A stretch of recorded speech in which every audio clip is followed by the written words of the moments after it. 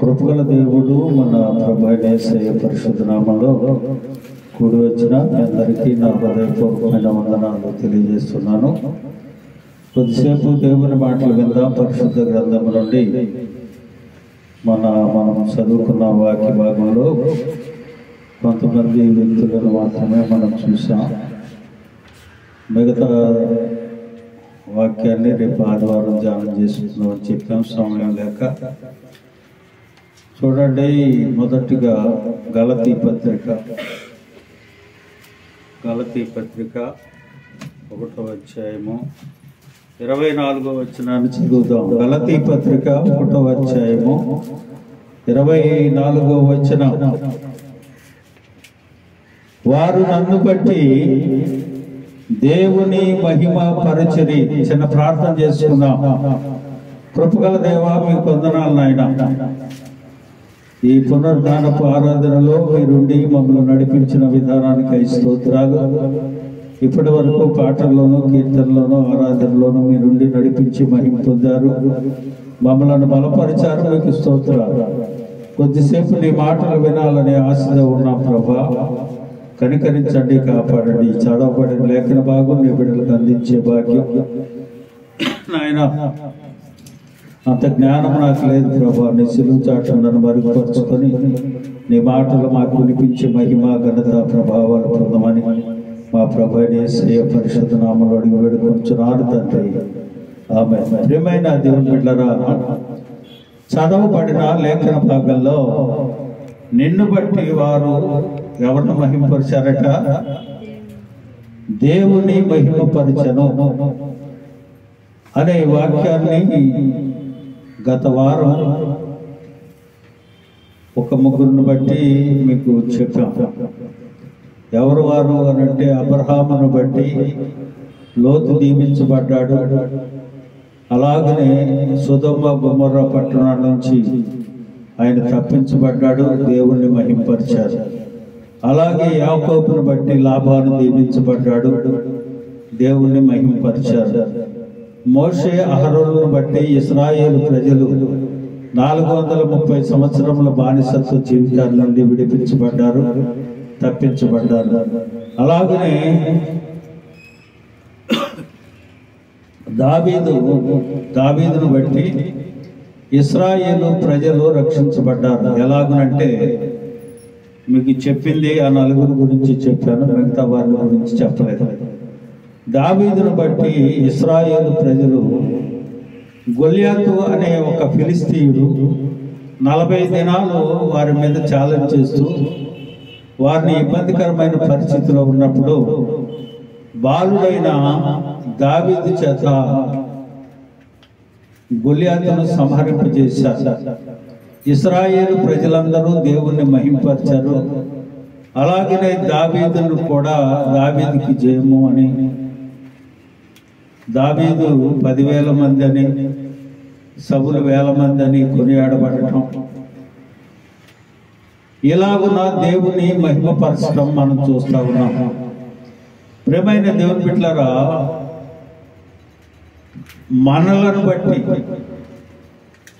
ఇంకొకరు దేవుని మహిమపరచాలి. ఎలాగనా చెప్పండి? నీవు రక్షణ పొంది దేవుని సన్నిధిలో ఉంటే సరిపోతుంది అనుకుంటే కుదరదు. వారు నన్ను బట్టి దేవుని మహిమపరిచిరి. నిన్ను బట్టి దేవుని మహిమపరిచేటట్టుగా నీవు ఉండాలని ఈ ఉదయకాల సమయం దేవుని వాక్యం సెలవిస్తా ఉంది. ఎలాగనండి? మేము రక్షణ పొందాం, మేము దీవించబడాలి, మా కుటుంబాలు దీవించబడాలి, కానీ మమ్మలను బట్టి వారు దీవించబడాలి, దేవుని మహిమపరచాలంటే ఎలాగ? అది సాధ్యమేనా అని నువ్వు అనుకోవచ్చు. దేవుని మహిమపరచాలంటే దేవుని సంఘంలో ఉండి కొన్ని వాక్యాలు మనం నేర్చుకొని మన ఇంటిలో మనం ప్రార్థన చేసుకుంటే సరిపోతే, మనం వేరే కుంపట పెడితే సరిపోద్ది అనుకుంటే కుదరదు. దేవుని మహిమపరచాలి అని అంటే అందరూ కలిసి బయటికి వెళ్ళి దేవుని సువార్తను ప్రకటించాలి. యేసు ప్రభు వారు ఎందుకోసం ఈ లోకానికి వచ్చాడు? పాపులను రక్షించడానికి. మనం ఎవరి కోసం వెళ్ళాలి? పాపులను రక్షించడానికి వెళ్ళాలి. నువ్వు ఈ పాప జీవితంలో నుంచి బానిసత్వ జీవితంలో నుంచి నువ్వు విడిపించబడ్డావు, బాగానే ఉంది. ఇంకా పాప జీవితంలో ఉన్నవారు రక్షించాలి అని అంటే మనం కూడా సువార్తను చేయాలి. ఈ మధ్యకాల సమయంలో ఒక దైవజనుడు యూట్యూబ్లో చెప్పగా నేను విన్నాను. ఏమిటి ఆ వాక్యం అని అంటే, ఆయన ఒకరోజు ట్రైన్లో ట్రావెల్ చేస్తూ ఉన్నాడట. ట్రావెల్ చేస్తూ ఉంటే ఒక ముసలతను సంఖ్య తగిలించుకొని పాంప్లెట్స్ ఆ బండిలో ఉన్న వారందరికీ పంచుతూ అందరికీ దేవుని సువార్తను చెప్తున్నాడు. అయ్యా, యేసు ప్రభు దేవుడు, యేసు ప్రభుని నమ్ముకోండి, యేసు ప్రభు మిమ్మల్ని కుటుంబాలను దీవిస్తాడు అని చెప్తా ఉన్నాడట. చెప్తూ ఉంటే ఆ మధ్యలో కూర్చున్న ఒక పెద్దవాడు, అంటే నడి వయస్కురాలు, ఒక 50 సంవత్సరాలు కలిగిన ఒక అమ్మాయి ఆ ముసలోడిని ఆ పేపర్ పట్టుకొని చింపేసి లాగి దవడ మీద కూర్చుంది. ఆయన చేసి తప్పేంటి? దేవుడిని సువార్తను చెప్తున్నాడు.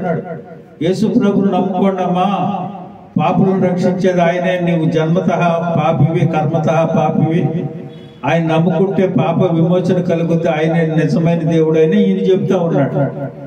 చెప్పినందుకు ఆయన చెంప మీద అంతమందిలో ట్రైన్లో కొట్టేసి ఇది చేస్తా ఉంటే ఆయన ఇలా తుడుచుకొని మరలా సరి చేసుకొని మరలా చెప్పుకుంటూ వెళ్తున్నాడు. మరలా వచ్చేటప్పటికి ఆయన మళ్ళీ ట్రైన్లో ఇచ్చుకుంటూ మళ్ళీ వెనకొస్తున్నాడట.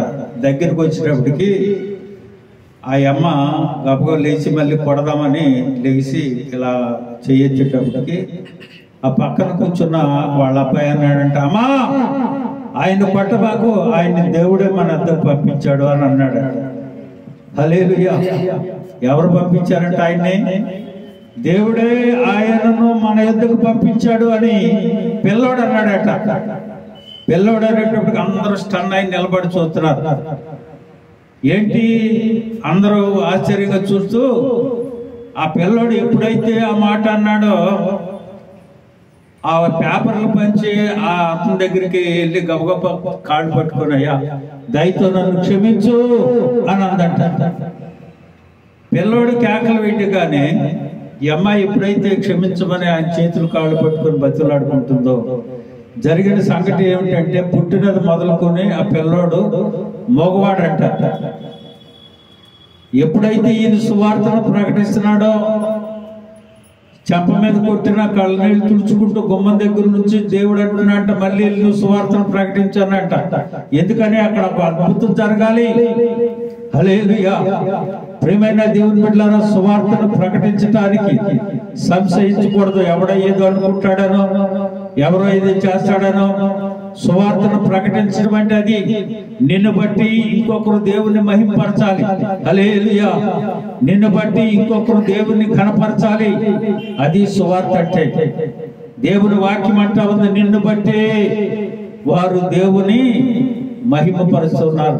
ఎన్ని సంవత్సరాలైందో దేవుని సన్నిధికి వచ్చి, ఎన్ని దినాల నుంచి నువ్వు ప్రార్థన చేస్తా ఉన్నావు, నిన్ను బట్టి ఎవరైనా దేవుని మహిమపరుస్తున్నారా? ఎందుకు వచ్చిందండి ప్రార్థనకి వెళ్ళదు కానీ అసలు పాత స్థితి మానలేదు అని అనుకుంటే దేవుని నామం దూషించబడది.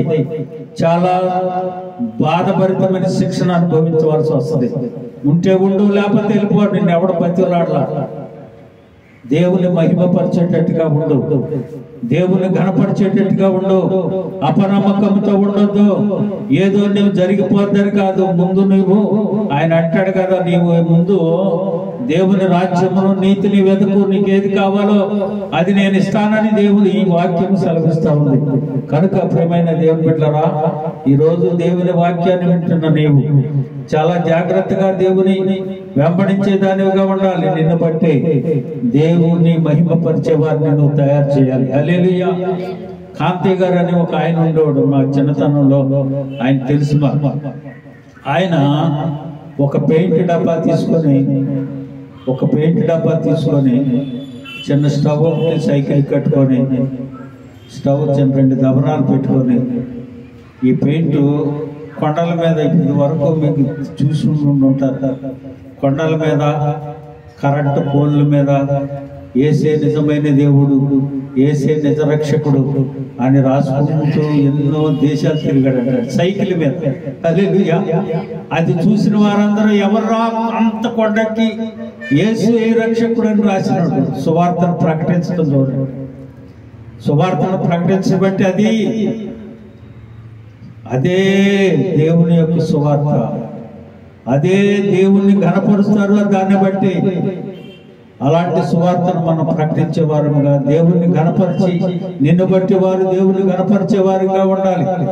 నలుగురు వ్యక్తులు కలిసి పక్షవాయువు గల వారిని తీసుకొని మంచం మీద పెట్టుకొని యేసు ప్రభు ఎక్కడున్నాడో వెతుక్కుంటూ వెళ్ళారు. వెళ్ళేటప్పటికి ఆ ఇంటి దగ్గర జనమందరూ ఉన్నారు. లోపలికి వెళ్ళటానికి సర్దులేదు. వెంటనే వీరు ఈయన్ని ఎత్తుకొని మంచం ఎత్తుకొని పైకి ఎక్కి ఇంటి కప్పు తీసి ఆ మంచాన్ని ఇంటి కప్పు మీద నుంచి కిందకి దించారు. హల్లెలూయా. చూడండి, వారి విశ్వాసమును బట్టి ఎవరు కనపరచబడ్డారు? దేవుడు. హల్లెలూయా. చూడండి, లూకాసు వార్త 5వ అధ్యాయము 18 నుంచి 20 వరకు చదువుకొని చూస్తా. ఇదిగో కొందరు మనుషులు పక్షవాయువు గల ఒక మనుషుని మంచం మీద మోసుకొని వారిని లోపలికి తెచ్చి ఆయన ఎదుట ఉంచుటకు ప్రయత్నం చేసి జనులు గుమికూడి ఉండుట వందన వారిని లోపలికి తెచ్చుటకు వలపడకపోయాను. ఇంటి మీదకెక్కి పెంకులు విప్పి మంచముతో కూడా యేసు ఎదుట వారి మధ్య వారిని దింపిరి. ఆయన వారి విశ్వాసమును చూసి, మనుష్యుడా, నీ పాపములు క్షమించబడి ఉన్నవని వారితో చెప్పారు. లేదు, ఎవరి విశ్వాసాన్ని బట్టి? తెచ్చిన వారి విశ్వాసం, పండుకున్నవాడి విశ్వాసం కాదు. అయ్యా, ఈయన్ని కానీ అక్కడ తీసుకెళ్తే వీడు స్వస్థపడతాడు అని వాళ్ళ మంచం మీద వేసుకొని ఆ మనుషుని తీసుకొచ్చారు. ప్రియమైన దేవుని బిడ్డలారా, నిన్ను బట్టి దేవుడు ఘనపరచబడతా ఉన్నాడా? విశ్వాసాలు లేవు మనకి ఎప్పుడు విశ్వాసం వస్తుందంటే ఇంట్లో డబ్బులు లేనప్పుడు, ఒంట్లో ఆరోగ్యం లేనప్పుడు, ఆరోగ్యం క్షీణించిపోయినప్పుడు, ఆపద సంభవించినప్పుడు అప్పుడు గుర్తుకొస్తాడు మనకి దేవుడు. నిత్యము ఆయన మాట నీ నోట ఉండాలి. ఆయన ఘనపరిచేవాడవుగా, ఘనపరిచేదానివిగా నీవుంటూ అనేకులు దేవుని ఘనపరిచేటట్టుగా చేయాలి, ఆయన్ని మహిమపరిచేటట్టుగా చేయాలి. అది విశ్వాసి చేయవలసిన పని. హల్లెలూయా. చూడండి, ఒక శతాధిపతి వచ్చాడు. తన దాసుడు మంచం పట్టి ఉన్నాడు. చూడండి, లూకాసు వార్త 7వ అధ్యాయము 2 నుంచి 9 వరకు చదువుకుంటే చెప్తున్నా. మీకు చెప్తాను, మీరు చదవద్దు, టైం లేదు, సమయం సరిపోదు, 11 అయిపోతుంది. అక్కడ ఒక శతాధిపతి ఉన్నాడు. ఆ శతాధిపతి దాసుడు పక్షవాయువుతో బాధపడతా ఉన్నాడు, అనారోగ్యంతో బాధపడతా ఉన్నాడు. ఆ శతాధిపతి చూసి తన దాసుడు ఆ రీతిగా ఉండటం గమనించిన శతాధిపతి యేసయ్య దగ్గరికి వచ్చి అయ్యా, నా దాసుడు ఏమంటున్నాడు? అక్కడ శతాధిపతి యేసుని కూర్చి విని ఆయన యొద్దకు వచ్చి తన దాసుని స్వస్థపరచవలెనని ఆయన్ని వేడుకొన్నాడు. చూడండి, ఆయన దగ్గరికి వచ్చి ఎవరి గురించి వేడుకుంటున్నాడు? ఈయన తన దాసుని గురించి వేడుకుంటున్నాడు. తన గురించి, తన కుటుంబాన్ని గురించి వేడుకోవట్లా. తన దాసుడు అస్వస్థతలో ఉన్నాడు. గమనించిన శతాధిపతి వచ్చి ఆయన్ని బతిమాడుకున్నాడు. ఆయన అన్నాడు, పద వెళదాం అని అన్నాడు. ఈయన అన్నాడు, అయ్యా, నీవు నా ఇంటిలోనికి రావడానికి నేను అంత పరిశుద్ధుడిని కాదు, అంత యోగ్యుడిని కాదు బాబు. ఒకసారి మాట మాత్రం సెలవి, నా దాసుడు బాగుపడతాడని చెప్పాడు. ఈయన అన్నాడు, ఈ మాట ఈయన అనడంతో యూదుల పెద్దలు అందరూ వచ్చి, అయ్యా, నీ ద్వారా మేలు పొందటానికి ఇతడు యోగ్యుడు. హల్లెలూయా. ఎవరంట? ఇతడు యోగ్యుడు. ఎవరు యోగ్యుడు? శతాధిపతి తన దాసుని గురించి వేడుకుంటే యూదుల పెద్దలందరూ వచ్చి అంటున్నారు కదా, ఇతను నీ ద్వారా మేలు పొందటానికి ఇతడు యోగ్యుడు కనుక కార్యము జరిగించమన్నప్పుడు యేసయ్య పద వెళదాం అని అన్నాడు. నీవు నా ఇంటిలోనికి రావటానికి నేను యోగ్యుడిని కాదు బాబు, ఒక్క మాట మాత్రం సెలవి, నా దాసుడు స్వస్థపడతాడని చెప్పాడు. వెంటనే దాసుడు స్వస్థపడ్డాడు. యేసయ్య అంటాడు కదా, ఇశ్రాయేలీలో ఇంతటి గొప్ప విశ్వాసం నేను ఎవరిలో చూడలేదు అన్నాడు. హల్లెలూయా. అంత విశ్వాసం కావాలి. ఆయన మాట ఇస్తే చాలు. ఒక్కసారి ఆయన మాట ఇస్తే చాలు. నా దాసుడు స్వస్థపడతారు. ఎవరైనా మన కుటుంబాలలో అస్వస్థతలో ఉన్నారనుకో, ఎవరి దగ్గర తీసుకోవాలి మాట, ఎవరి దగ్గర తీసుకోవాలి, ఎవరికో ఫోన్ చేసి చెప్పడం కాదు, చేపించాలి. ప్రార్థన కాదంట్లా, నువ్వు కూడా బలముగా ప్రార్థన చేయగలిగితే ప్రభు అంటాడు కదా, నువ్వు కోరినట్టే జరుగుతాయి అని అంటాడు. హల్లెలూయా. అలాగే నా ప్రియమైన దేవుని బిడ్డలారా, సమరయ స్త్రీని బట్టి మనం చూస్తాం. సమరయ స్త్రీ ఒక 5 భర్తలను పెట్టుకొని ఉందామా. ఆయన అంటాడు కదా, అమ్మా నీకు భర్తలు ఉన్నారంటే ఇప్పుడు ఉన్నాడు కూడా నీ భర్త కాదా అని అంటాడు. సరే, వారిద్దరికి డిస్కషన్ జరుగుద్ది.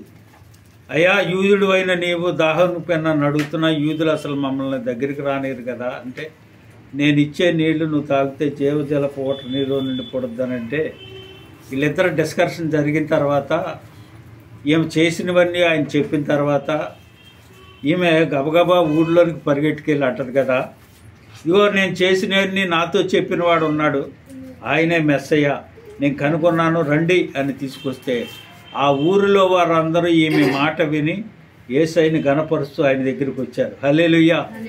ఒక వేశ్య వెళ్ళి సువార్తను ప్రకటిస్తే అనేకులు రక్షణ పొందారు, యేసయ్య దగ్గరికి వచ్చారు, యేసయ్యని ఘనపరిచారు. నువ్వెక్కడ చేస్తున్నావు? మనం అసలు చెప్తా ఉన్నాం ఆ మాటలో, మనం చెప్పే పరిస్థితుల్లో లేవు. ప్రియమైన దేవుని బిడ్డలారా,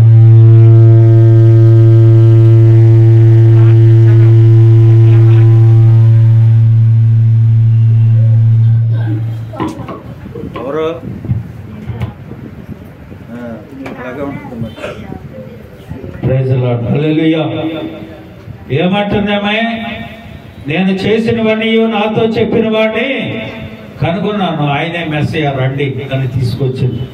అనేకులు ఆయన ఎద్దకు వచ్చి ఆయన కనపరిచారు. ప్రియమైన దేవుని బిడ్డలారా, ఎప్పుడైనా ఎవరికైనా దేవుని మాట ఎప్పుడైనా నువ్వు చెప్పా గుర్తుపెట్టుకో. ఒకసారి నీ ద్వారా ఎవరైనా దేవుని గణపరిచారా? ఎవరైనా మహిమపరచబడి దేవుని మహిమపరిచారా? లేదు. మనది మనమే మనల్ని బట్టి దేవుణ్ణి మహిమపరిచేవారు. నేను మీకు చాలాసార్లు నేను చెప్పాను. రాజమండ్రిలో బండి దిగి ఇంకో బండి ఎక్కి నేను ఇంటికి వస్తా ఉన్నా. ఏలూరు కూర్చొని ఒక ఏసీ బోగిలో కూర్చొని ఉన్నాం. కొంతమంది కుర్రోళ్ళు ఆ రోజులో కూర్చొని ఏ మాటలు మాట్లాడుకుంటాను. నేను పక్కన కూర్చొని బైబిల్ చదువుకుంటా ఉన్నాను. వారు మాట్లాడుకునే మాటలు ఆపి, మీరు పాస్టర్ గారా అని అడిగారు. అవునండి అన్నా. వారు కొన్ని ప్రశ్నలు నన్ను అడిగారు, వాటికి సమాధానాలు నేను చెప్పాను.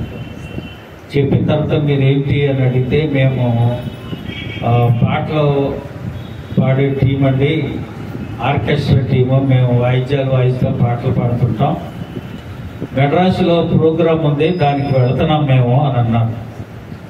వీళ్ళలో ఉన్న కొన్ని డౌట్లను బట్టి వారు నన్ను అడిగిన ప్రశ్నలకు సమాధానం చెప్పి, అయ్యా ఒక దైవజనుడు స్టేజ్ ఎక్కి బోధ చేయటమే దైవజనుడు చేసే పని, సువార్తను ప్రకటించడమే అని నువ్వు అనుకుంటున్నావేమో. నీవు కూడా అంతటి పనివాడివే. ఆయనకి ఎంత బహుమానం దేవుడు అనుగ్రహిస్తాడో మీకు కూడా అందిస్తాడు. అంత ఇదిగా మీరు ఉండాలి. కానీ మీరు ఆ రీతిగా ఉండరు. పాటలు అయిపోగానే వెళ్ళిపోతారు, మీ ఇష్టానుసారంగా ఉంటారు. మళ్ళీ తర్వాత పాటలు పాడేటప్పుడు ఇలా వస్తూ ఉంటారు. అట్లా కాదు. మీకు మాకంటే ఎక్కువ కష్టం ఇది.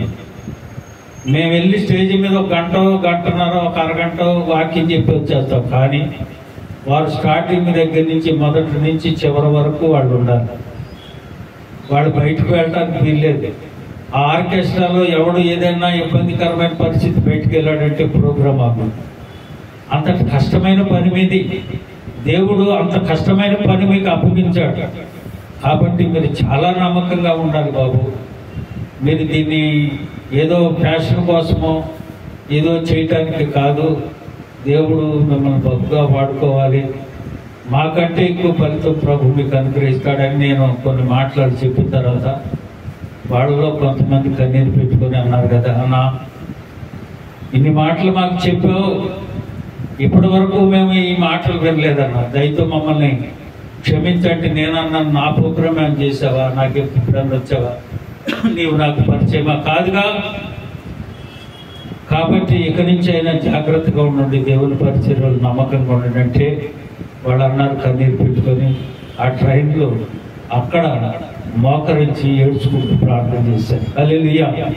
ఎంత గొప్ప కార్యం అంటే, ఎంత గొప్ప కార్యం. నేను అనుకున్నాను, కన్నీరు పెట్టుకున్న ప్రభువా, ఇంత గొప్ప ధన్యత నాకు అనుగ్రహించావు నాయన, ఈ జీవితానికి చాలు అనుకున్నట్టుగా నేను కూడా దుఃఖపడ్డాను. ప్రియమైన దేవుని బిడ్డలారా, దేవుని పరిచర్య అంటే, దేవుని నమ్ముకోవటం అంటే నువ్వేదో అనాలోచితంగా తీసుకోబాక. నేను బాప్తిసం తీసేసుకున్నా, నెలకోసారి వారానికి ఒకసారి నేనేదో రొట్టె ద్రాక్ష రసం తీసుకున్నానంటే కాదు, నిన్ను బట్టి దేవుణ్ణి ఘనపరిచేటట్టుగా నువ్వు ప్రవర్తించాలి. హల్లెలూయా!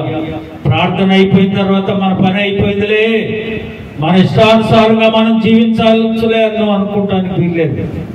ఏ పరిస్థితిలో ఉన్నా, ఎక్కడ ఉన్నా, నిన్ను బట్టి, నీ కుటుంబంలో అయినా, నీ బంధువుల్లో అయినా, బయట ఉన్నా, ఎక్కడున్నా దేవుణ్ణి ఘనపరిచేటట్లుగా ఉండాలి. హల్లెలూయా!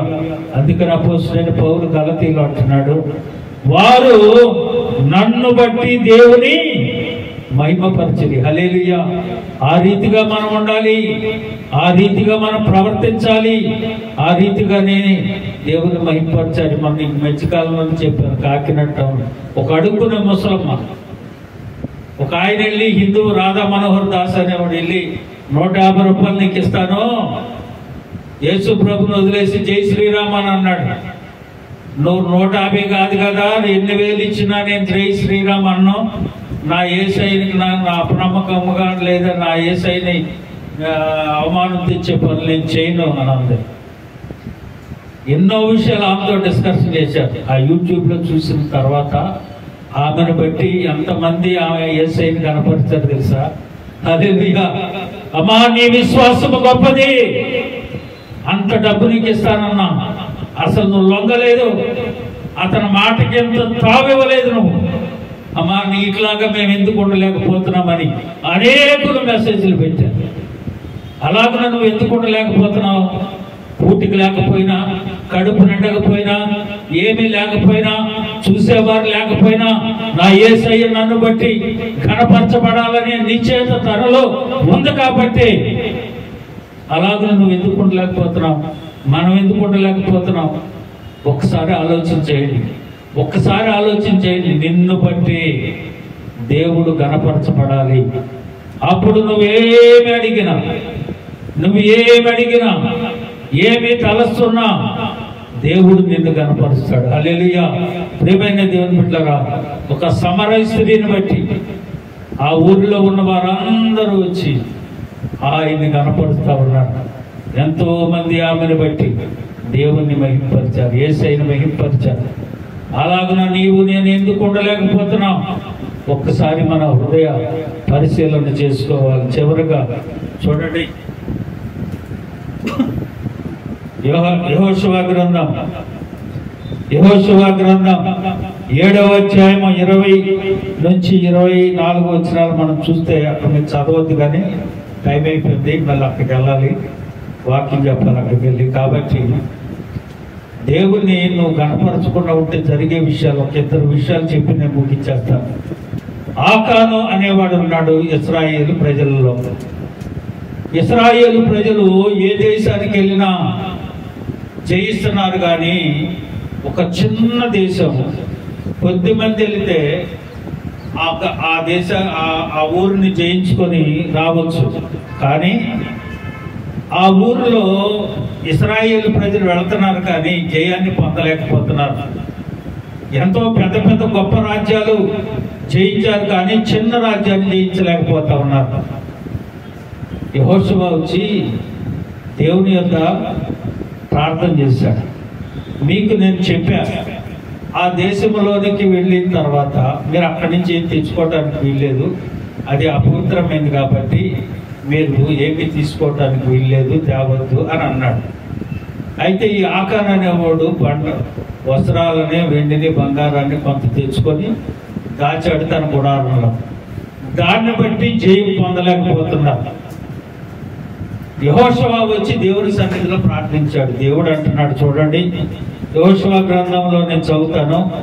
ఆకాను యెహోషువతో, ఇశ్రాయేలీయుల దేవుడైన యెహోవాకు విరోధముగా నేను పాపము చేసినని నిజము. దోపుడు సొమ్ములో ఒక మంచి సీనారు పై వస్త్రమును, 200 తులముల వెండిని, 50 తులముల ఎత్తుగల కమ్మిని నేను చూచి వాటిని ఆశించి తెచ్చుకుంటుని అని అంటాను. దేవుడు చెప్పినది దేవుని గణపరచకుండా, దేవుని మాటలు వినకుండా ఉంటే ఏం జరుగుతుందో తెలుసా? ఈ ఆకాను చేసిన పనికి ఆకాను తనతో ఉన్న భార్య బిడ్డలే కాకుండా తనకు కలిగిన సంపదనంతని ఆకోరు లోయలో పెట్టి రాళ్లతో కొట్టి చంపేశారు. ఎవరు చేసిన పాపం? ఒక తండ్రి చేసిన పాపం. కుటుంబం శాపభరితమైపోయింది, నశించిపోయింది. ప్రియమైన దేవుని బిడ్డలారా, దేవుని గణపరచకుండా దేవునికి విరోధమైన పాపము చేస్తే అది నీతో పోదు. ఆకోరు లోయలోకి తీసుకెళ్ళి తనను తన భార్య బిడ్డలతో కాకుండా తనకు కలిగిన గొడ్డును గోధుమ సంపదను అంతని తీసుకెళ్ళి ఆకోరు లోయలో వేసి చెప్పేశారు. తనను బట్టి గుర్తుపెట్టుకో, నిన్ను బట్టి నీ కుటుంబము దూషించబడతా ఉందేమో, దేవుని నామం నీ ద్వారా దూషించబడతా ఉందేమో. ఒకసారి గుర్తుపెట్టుకో, ఆ శాపము కుటుంబాల మీదకి వస్తుంది. గెహజీ అనేవాడు ఒకడు ఉన్నాడు, దైవజనుడు. ధనాన్ని తిరస్కరించాడు. గెహజీ వెళ్ళి, నా దైవజనుడికి మతి లేదు, అంత డబ్బు అంత ధనం సంపద ఇస్తానంటే ఉద్దాటున్నాడని నయమాను రథం వేసుకుని వెళ్తా ఉంటే వెళ్ళి తెచ్చుకున్నాడు. మా గురువు గారు పంపించారండి, కొంతమంది అబంధులు వచ్చారు మా ఇంటికి, మా గురువు గారి దగ్గరికి. వాళ్ళకి ఇవ్వాలంటానంటే అతను అడిగిన దానికన్నా ఎక్కించి పంపించాడు. దైవజనుడు తన ఆత్మ ద్వారా గ్రహించాడు. ఇతను వచ్చి మెదలకుండా కూర్చున్నాడు. బాబు ఎక్కడికి వెళ్ళావు నాయన అని అడిగాడు. నేను ఎక్కడికి వెళ్ళలేదు గురుగారు అని అన్నాడు. రేయ్, నువ్వు ఆ నయమాను రథం వెనకాల పరిగెడతా ఉంటే నా ఆత్మ నీతో కూడా వచ్చింది అన్నాడు. హల్లెలూయా. నా మనస్సు నీతో కూడా వచ్చింది, నువ్వు తెచ్చినది చూశాను నేను. ఆ నయమానుకు కలిగిన కుష్టి నీకును నీ సంతానమునకు వస్తాను. హల్లెలూయా. ఒక్కడు చేశాడు తప్పు, మొత్తం కుటుంబం అంతా శాపభరితమే. ప్రియమైన దేవుని బిడ్డలారా, చిన్నదిలే అని నువ్వు అనుకుంటున్నావేమో. దేవుడు నిన్ను బట్టి మహిమపరచకుండా ఆయన నామం దూషించబడితే ఎంత శాపాన్ని అనుభవిస్తావో గుర్తుపెట్టుకో. ఉంటే ఇటుండు లేకపోతే అటుండి ఎవడొద్దన్నాడు నిన్ను రమ్మని ఎవడని బతినాడా? వచ్చావు, వచ్చిన దానికి కరెక్ట్గా ఉండు. నీ నోట దూషణ మాటలే కానీ, నీ నోట అపవిత్రతే కానీ, నీ చూపులో నడతలో పడకలో నువ్వు నడిచే తీరులో ఏ తీరులోనైనా దేవుని నామం అవమానపరచబడకూడదు. ఆయన నామము మహిమపరచబడాలి నిన్ను బట్టి. హల్లెలూయా. కనుక ప్రియమైన దేవుని బిడ్డలారా, ఈరోజు దేవుని వాక్యాన్ని విన్న నీవు ఇక నుంచి అయినా దేవుని నిన్ను బట్టి దేవుడు ఘనపరచబడేటట్లుగా మనముందాం. అటు కృప మనకి, మన కుటుంబానికి, మన సంఘానికి దేవుడు దయచేయుగాక.